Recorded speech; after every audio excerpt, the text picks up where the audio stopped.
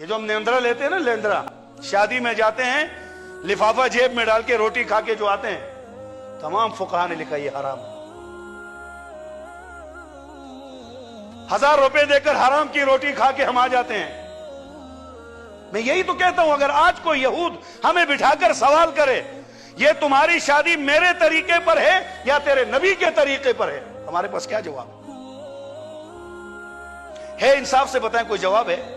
میں اپنے گھر میں کہتا ہوں، مجھ سے کوئی پوچھے مولوی صاحب تیرے گھر شادی تھی تو بڑے مزے سے لفافے اٹھا رہا تھا،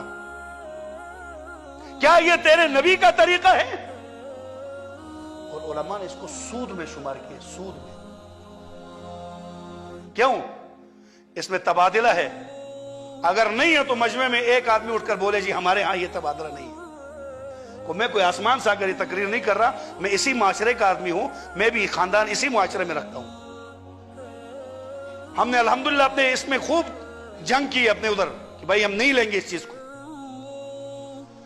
آج میں نے 1000 دیے ہیں، کل والے جب اپنے بیٹے کی شادی پر جس کو بلاؤں، جو مجھے بلائے گا، میں پہلے یہ کہوں گا اس نے بھی 1000 دیا تھا، ابھی تو مہنگائی ہے، مجھے 2000 دینا چاہیے۔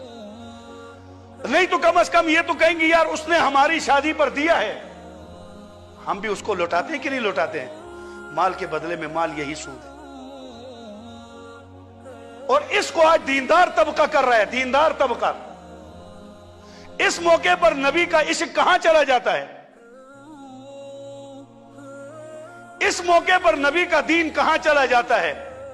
ہمارے استاد فرمایا کرتے تھے قیامت کے دن اگر ابو لہب نبی پاک صلی اللہ علیہ وسلم سے کہہ دے اے نبی ہم تیرے طریقے نہیں مانتے تھے، ہم سے خفا کیوں ہوتے ہیں؟ ہم آپ کو مانتے ہی نہیں تھے۔ یہ ذرا تو اپنے والوں سے پوچھنا جو کلمہ تیرا پڑھتے تھے، طریقہ میرا لیتے تھے، شاید